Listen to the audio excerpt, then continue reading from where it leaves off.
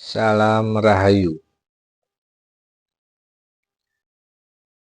Saya kali ini ingin mengungkapkan bahwa fenomena yang terjadi di Suriah itu sudah menjadi satu pelajaran yang penting bagi bangsa Indonesia.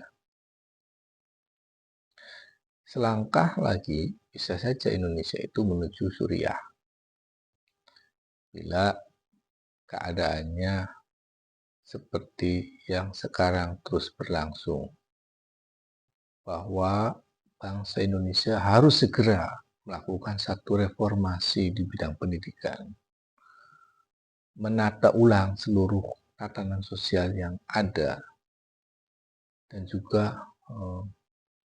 melakukan sebuah regulasi yang tersistematik, terutama dalam hal reformasi pendidikan.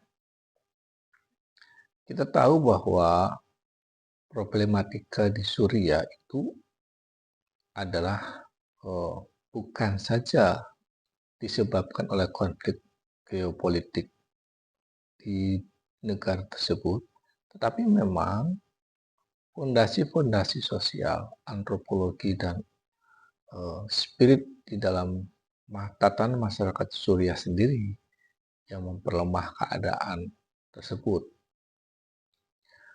Korban seperti Suriah itu sebetulnya sudah ada seperti Libya, Irak, dan beberapa kawasan, ya, termasuk di dalamnya adalah Lebanon. Lebanon dalam keadaan seperti itu bukan tanpa sketsa, tanpa intervensi. Semua bentuk perbedaan di situ memang sengaja dipelihara untuk membentuk sebuah stabilitas yang disengaja oleh beberapa negara-negara di kawasan maupun di dunia. Bahwa Suriah juga mewarisi hal yang sama, di mana masyarakat terpecah dengan kelompok-kelompok ideologi, kelompok-kelompok agama, di mana tindakan-tindakan yang brutal dan antagonis di situ, ya, antara sesuatu yang dianggap kesalehan dan juga sesuatu yang dianggap sebagai sebuah kebiadaban bercampur, yang kadang-kadang masyarakat sulit untuk membedakan mana yang benar. Indonesia bila tidak menata dari sekarang, maka Indonesia bisa menuju ke arah yang sama, di mana kelompok-kelompok kekuatan pemikiran yang datang dari transnasional itu sudah masuk ke Indonesia sangat jauh. Kelompok-kelompok itu kemudian membentuk sebuah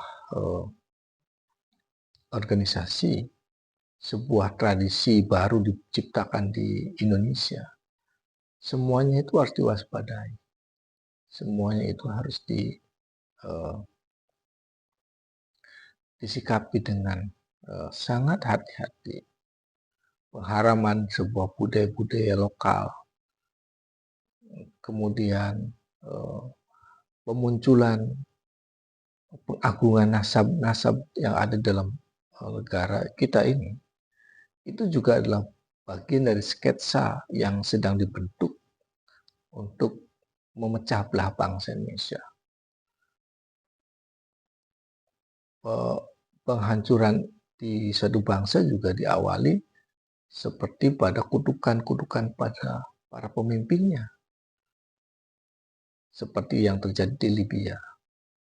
Terjadi distrust yang luar biasa terhadap pemerintah, bahwa bangsa ini sebetulnya mengalami sebuah degradasi yang luar biasa. Tradisi fashionable, persoalan pakaian, menjadi satu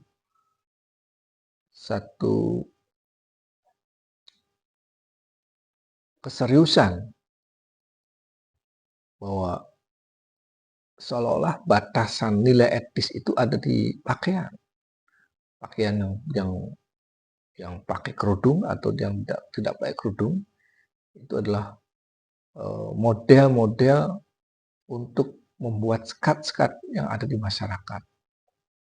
Walaupun tetap secara tidak sadar orang mengatakan bahwa itu adalah bagian dari bentuk keyakinan. Ya. Tapi kalau penyikapannya yang salah, maka itu adalah bagian dari fragmentasi yang sengaja diciptakan untuk memecah bangsa Indonesia. Bagaimana lagu-lagu kebangsaan dilecehkan, bagaimana semangat penghormatan terhadap bendera juga sudah dilecehkan, bagaimana nilai-nilai yang biasa terjadi di Indonesia itu juga sudah dilecehkan. Sungkeman menjadi hal yang haram dan tabu, dan masih banyak lagi yang kita sebetulnya sudah diciptakan untuk terfragmentasi. Sadarlah bahwa perilaku-perilaku yang dianggap sebagai agamis itu diawali dengan promosi kebaikan. Tapi di belakang itu masyarakat tidak tahu bahwa ada agenda-agenda tertentu yang menyelinap untuk melakukan satu introdusir pemikiran-pemikiran yang mungkin tidak bersesuaian dengan budaya latar belakang budaya bangsa Indonesia. Oleh karena itu, Indonesia saya ingatkan selangkah lagi bisa menjadi suriah bila keadaannya tidak berubah. Maka pemerintah dan masyarakat Indonesia harus hati-hati. Satu-satu cara yang bisa untuk mengeliminasi itu adalah bagaimana kita menyepakati bahwa nilai-nilai Nusantara, nilai-nilai bangsa, nilai luhur itu adalah menjadi pondasi utama, menjadi pilar di dalam bangsa sendiri. Dan itu butuh waktu. Dan semuanya akan sadar kalau keadaannya menjadi tidak menguntungkan semua pihak.